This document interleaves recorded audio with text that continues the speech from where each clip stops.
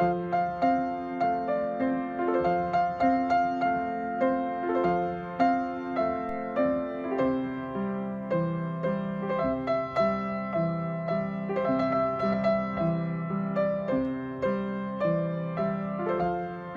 friends, எல்லாருக்கும் வணக்கம். Welcome back to Aarappu channel. இன்னைக்கு நம்ம வீடியோல ஒரு ஹேர் கேர் ரிலேட்டடான வீடியோ தான் பார்க்க போறோம். லாஸ்டா நம்மளோட சேனல்ல ஹேர் ட்ரையிங் வீடியோ வந்து அப்லோட் பண்ணியிருந்தோம். அப்போ நம்மளோட சப்ஸ்கிரைபர் 2 சிஸ்டர் வந்து ஹேர் கேர் ரிலேட்டடா கொஞ்சம் டவுட்ஸ், கொஞ்சம் கொஸ்டின்ஸ்லாம் கேட்டிருந்தாங்க. அவங்களோட கொஸ்டின்ஸ்க்கு ஆன்சர்லாம் தான் இன்னைக்கு நம்ம வீடியோல பார்க்க போறோம். வாங்க வீடியோக்குள்ள போகலாம். அதுக்கு முன்னாடி நம்ம சேனலை புதுசா பார்க்குறீங்கன்னா சப்ஸ்கிரைப் பண்ணுங்க, கூடவே பெல் ஐக்கானை கிளிக் பண்ணுங்க. அப்பதான் நான் போடுற வீடியோஸ் எல்லாம் நீங்க மிஸ் பண்ணாம பார்க்கலாம். அவங்களோட 2 சிஸ்டரோட கொஸ்டின்ஸ் வந்து நான் மிஸ் பண்ணிடக்கூடாது அப்படிங்கிறதுக்காக நான் கமெண்ட்ஸே எடுத்து வச்சிருக்கேன். கமெண்ட்ஸ் படிச்சுட்டு ரீட் பண்ணிட்டு அதுக்கான ஆன்சர் நான் பண்றேன். ஃபர்ஸ்ட் வந்து ஒரு சிஸ்டர் கேட்டிருக்காங்க, நீங்க வந்து ஹேர் வாஷ் பண்ணதுக்கு அப்புறமா எவ்வளோ நேரம் வந்து உங்களுக்கு டைம் எடுக்கும் ஹேரை வந்து ட்ரை பண்ணுறதுக்கு அப்படின்னு கேட்டிருக்காங்க. நான் ஃபுல்லாக வந்து ஹேர் வந்து ட்ரை ஆகிற வரதுக்கெலாம் வெயிட் பண்ண மாட்டேன். ஜஸ்ட்டு அந்த ஹேர் ட்ரையிங் வீடியோவில் காமிச்ச மாதிரி அந்த சினுக்கோழி வச்சு ஹேரை வந்து சிக்கு எடுத்துட்டு அப்புறமா டவல்லாம் வச்சு நல்லா தட்டி விட்டுட்டு சும்மா ஒரு கேட்ச் கிளிப் போட்டு தலையில் மாட்டிடுவேன். இதுதான். தலை வந்து ஃபுல்லாக ட்ரை ஆகணும் அப்படின்னு மாட்டேன். அது அந்த கிளைமேட்டுக்கு அப்படியே அந்த வெயில் பட்டு அந்த காற்று பட்டு காயட்டும் அப்படின்னு விட்டுருவேன். ஃபுல்லாக வந்து ஹேரை ட்ரையாக இருக்கிற அப்புறம் தான் வந்து தலை கட்டணும், தலை பின்னல் போடணும் அப்படின்லாம் நினைக்க மாட்டேன். ட்ரை ஆகட்டும் அப்படின்னு விட்டுருவேன். இது ஒரு கொஸ்டின். அதே சிஸ்டர் வந்து அடுத்ததாக கேட்டிருக்காங்க, நீங்கள் ஹேர் வாஷ் பண்ணதுக்கு அப்புறமா எப்படி வந்து கிச்சனில் வந்து உங்களோட ஹேரை வந்து மெயின்டைன் பண்ணுவீங்க, ஹேர் வந்து எப்படி இது பண்ணுவீங்க அப்படின்னு கேட்டிருக்காங்க. எந்த ஹேர் ஸ்டைல் ப்ரிஃபர் பண்ணுவீங்க அப்படின்னு. நான் மேக்ஸிமம் மோஸ்ட்லி வந்து சொல்ல போனால் வந்து நான் கிச்சன் வேலையெல்லாம் முடிச்சுட்டு தான் வந்து நான் ஹேர் வாஷே பண்ணுவேன். மோஸ்ட்லி காலையிலே வந்து எல்லா வேலையும் முடிச்சுட்டு அப்புறமா தான் வந்து தலைக்கு வந்து குளிக்கிறதே. இல்லைன்னா அந்த முடி எப்படியும் ட்ரை ஆகாது, அந்த முடியெல்லாம் வந்து கிச்சனில் விழுந்துட்டு இருக்கோம், அப்புறம் நம்ம சமைக்கிறதெல்லாம் விழுந்துரும் அப்படிங்கிறதுக்காக ஹேர் வாஷ் பண்ணுறதே வந்து அதுக்கப்புறமா தான் ஃபுல்லாக கிச்சன் ஒர்க்கெல்லாம் முடிச்சுட்டு தான் பண்ணுவேன். அப்படியே வந்து பண்ணணும், சப்போஸ் வந்து ஹேர் ட்ரை ஆகலை, ஹேர் வாஷ் பண்ணிட்டேன், ஆனாலும் வந்து கிச்சனில் ஒர்க் இருக்குது அப்படின்னா தலையை வந்து நல்லா கொண்டை போட்டுருவேன். முடியை வந்து தொங்க விடுறது கிடையாது. ஃபுல்லாக தலையை சுற்றிட்டு அந்த கேட்ச் கிளிப் மாட்டிடுறது. இதுதான் வந்து ஒரு சிஸ்டரோட கொஸ்டின்ஸு. அதுக்கு நான் ஆன்சர் பண்ணிட்டேன். அடுத்ததாக வந்து இன்னொரு சிஸ்டர் கேட்டிருக்காங்க, நீங்கள் வந்து இந்த ஹேர் ட்ரையிங் வீடியோவில் வந்து காமிச்சிருந்தேன்ல அந்த தலையை வந்து டவலை வச்சு தட்டி விடுறது, இந்த மாதிரி எவ்வளோ நேரம் நீங்கள் தலையை வந்து தட்டி விடணும் அப்படின்னு கேட்டிருக்காங்க. தலையில் உள்ள தண்ணி எல்லாம் நல்லா ட்ரை ஆகிற வரைக்கும், தலை நல்லா நமக்கே தெரியும், நம்ம தட்டி விட தலையில் உள்ள தண்ணி எல்லாம் வந்து ட்ரை ஆயிரும்.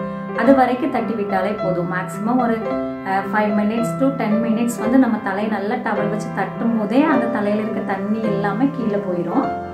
அதுதான் அந்த ஒரு கொஸ்டினுக்கான ஆன்சர். அடுத்ததாக பார்த்தீங்கன்னா அவங்களே தான் கேட்டிருக்காங்க, சீப்பு யூஸ் பண்ணி நீங்கள் வந்து தலையை சிக்கு எடுக்க மாட்டீங்களா அப்படின்னு கேட்டிருக்காங்க. கண்டிப்பாக மாட்டேன். சீப்பு நான் யூஸ் பண்ணி சிக்கு எடுத்ததே கிடையாது. ஃபுல் அண்ட் ஃபுல் அந்த சினுக்கோழி தான். ஹேர் வாஷ் பண்ணாலே அந்த சினுக்கோழி நான் காமிச்சிருக்கேன்னு நினைக்கிறேன். அந்த சினுக்கோழி வச்சு தான் நான் ஃபுல்லாக ஹேரை நல்லா சிக்கு எடுப்பேன். அதே மாதிரி ஹேர் வாஷ் பண்ணிவிட்டு சீப்பு வந்து நான் தலைக்கு போடவே மாட்டேன். உடனே வந்து நான் சீப்பு போட்டதே இல்லை. எப்படியும் வீட்டில் இருக்கிறதுனால தலைக்கு குளிச்சுட்டு தலையை வந்து ட்ரை பண்ணிவிட்டு அப்படியே கேட்ச் கிளிப் போட்டுட்டு அது தலையில் நல்லா காயட்டும் அப்படின்னு விட்டுறது.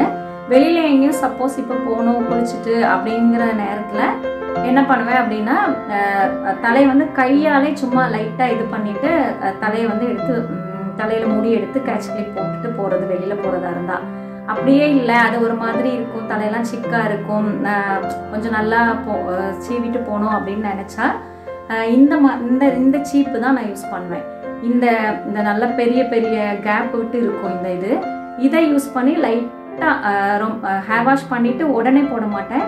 லைட்டாக மெதுவாக தலைக்கு போட்டுட்டு அந்த தலையை பின்ன மாதிரி போட்டுட்டு போகிறது. இதுதான் வந்து அடுத்த கொஸ்டினுக்கான ஆன்சர். அடுத்த அதே சிஸ்டர் தான் இன்னொரு 2 கொஸ்டின்ஸ் கேட்டிருக்காங்க. என்ன அப்படின்னா, உங்களோட hair routine, daily hair routine எப்படி மேனேஜ் பண்ணுறீங்க ஹேரை அப்படின்னு கேட்டிருக்காங்க. டெய்லி ஹேரை மெயின்டைன் பண்ணுறது நான் ஆல்ரெடி சொல்லியிருக்கேன்னு நினைக்கிறேன். அந்த ஆயில் நான் உங்களுக்கு சொல்லியிருப்பேன். அந்த கோகோனட் தேங்காய் எண்ணெயும் கருவேப்பிலை எண்ணெயும் தான் நான் டெய்லி அப்ளை பண்ணுறது தலைக்கு. வாரத்தில் 2 நாள் இல்லை 3 நாள் தான் தலைக்கு வாஷ் பண்ணுவேன். மற்ற 4 நாளுமே வந்து ஆயிலை தான் எடுத்து நல்லா தலைக்கு தேய்ச்ச உடனே வந்து தலையை பின்ன மாட்டேன். ஆயில் அப்ளை பண்ணிவிட்டு கொஞ்சம் நேரம் கழித்து தான் சீப்பு போட்டு தலை பின்னுவேன். இதை வந்து நிறைய பேரும் கேட்டிருந்தாங்க, ஆல்ரெடி எனக்கு கேட்டிருந்தாங்க. என்னென்னா, எண்ணெய் அப்ளை பண்ணிவிட்டு ஆயில் அப்ளை பண்ணிவிட்டு நீங்கள் எவ்வளோ நேரம் கழித்து வந்து சீப்பு போடுவீங்க அப்படின்னு கேட்டாங்க. நான் உடனே போடுறது கிடையாது. ஆயில் அப்ளை பண்ணிவிட்டு அப்படியே கொண்டை போட்டுறது, நல்லா தலையை சுற்றி கொண்டை போட்டுட்டு விட்டுருவேன். ஆயில் எப்படி தேய்க்கிறதுன்னு இந்த சிஸ்டர் கேட்டிருக்காங்க. ஆயில் எப்படி நீங்கள் அப்ளை பண்ணுவீங்க அப்படின்னு சொல்லிட்டு, ஆயிலை வந்து நான் கையில் எடுத்து நல்லா இந்த மாதிரி தேய்ச்சிட்டு ஃபுல்லாக வந்து என்ன சொல்கிறது அப்படின்னா, உள்ளெல்லாம் வந்து மசாஜ் பண்ணி நான் வந்து ஆயில் தேய்ப்பேன். ஜஸ்ட் வெளியில் மட்டும் மேலோட்டமாக தேய்ச்சது கிடையாது. உள்ளெல்லாம் ஃபுல்லாக மேலேருந்து கீழே வரைக்கும் ஆயிலை நல்லா தேய்ச்சி கையிலையும் தேய்ச்சி, கொஞ்சம் எக்ஸ்ட்ரா எண்ணெயே தான் ஆகும். நல்லா ஃபுல்லாக அப்ளை பண்ணி தலையே ஃபுல்லாக ஆயிலியாக இருக்கும். அந்த அளவுக்கு நல்லா எண்ணெய் தேய்ச்சி கொண்டை போட்டுட்டு கொஞ்சம் நேரம் கழிச்சு, அந்த கொஞ்சம் நேரம் ஒரு 1/2 hour இருக்கலாம், இல்லை ஒரு 1 hour இருக்கலாம், கழிச்சு அப்புறமா நான் தலையை வந்து பின்னல் போடுவேன். அடுத்ததான் டெய்லி வந்து எப்படி வந்து என்ன ஹேர் ஸ்டைல் பண்ணுவீங்க, எப்படி வந்து சீப்பு போடுவீங்க தலைக்கு அப்படின்னு கேட்டிருக்காங்க. டெய்லி வந்து இந்த பண்ணுறதெல்லாம் இந்த மாதிரி எடுக்கிறத விட்டுட்டு ஜஸ்ட்டு ஃபுல்லாக எல்லா ஹேரையும் சேர்த்து பின்னல் போட்டு கீழே வந்து ரப்பர் போடுறது, இதுதான் பேண்டு போடுறது. இந்த மாதிரி தான் நான் ஹேர் ஸ்டைல் டெய்லி பண்ணுவேன். ஹேர் வாஷ் பண்ணால் மட்டும் டிஃப்ரெண்ட் ஹேர் ஸ்டைல் பண்ணுவேன். மற்ற டைமிங் ஃபுல்லாக வந்து ஃபுல் ஹேரை எல்லாம் ஒன்றா சேர்த்து பின்னி ஹேர் பேண்ட் போடுவேன். இது ஒரு அதே சிஸ்டர் தான் கேட்டிருந்தாங்க. அப்புறமா இந்த சீப்பு தான் நான் யூஸ் பண்ணுவேன். ஃபுல்லாக ஹேர் இந்த மாதிரி குட்டி குட்டியாக இருக்கும், அதுதான் வந்து யூஸ் பண்ணி ஹேர் வந்து டெய்லி வந்து சீப்பு போடுறது இந்த சீப்பு தான்.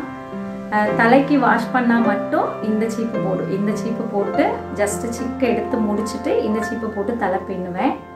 இல்லை அப்படின்னா டெய்லி யூஸ் பண்ணுறது இந்த மாதிரி பொடியாக இருக்கும், இந்த குட்டி குட்டியாக இருக்கும், இதை வச்சு தான் டெய்லி சீவுவேன். அடுத்து இதே சிஸ்டர் வந்து அந்த சேம் கொஸ்டினை கேட்டிருக்காங்க. கிச்சனில் ஒர்க் பண்ணப்போ நீங்கள் எப்படி வந்து ஹேர் ஸ்டைல் பண்ணுவீங்க அப்படின்னு கேட்டிருக்காங்க. சேம் ஹேர் வாஷ் பண்ணதுக்கப்புறமா எப்படி ஹேர் ஸ்டைல் பண்ணுவீங்கன்னு கேட்டிருக்காங்க.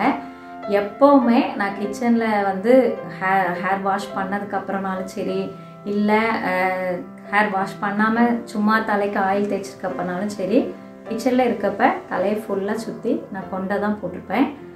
தலையை வந்து கீழே பின்னி போட்டு அந்த மாதிரி போட்டிருக்க மாட்டேன். ஏன்னா முடி விழுறதுக்கு சான்ஸ் இருக்குது அப்படிங்கிறதுனால ஃபுல் அண்ட் ஃபுல் வந்து கொண்டை தான். அது ஹேர் வாஷ்னாலும் சரி, ஹேர் வாஷ் இல்லாமல்னாலும் சரி. அதே சிஸ்டர் வந்து கேட்டிருக்க இன்னொரு கொஸ்டின் வந்து, எப்படி வந்து நீங்கள் கிட்ஸ் வந்து மேனேஜ் பண்ணுறீங்க அப்படின்னு ஒரு வீடியோ போட சொல்லியிருக்கீங்க.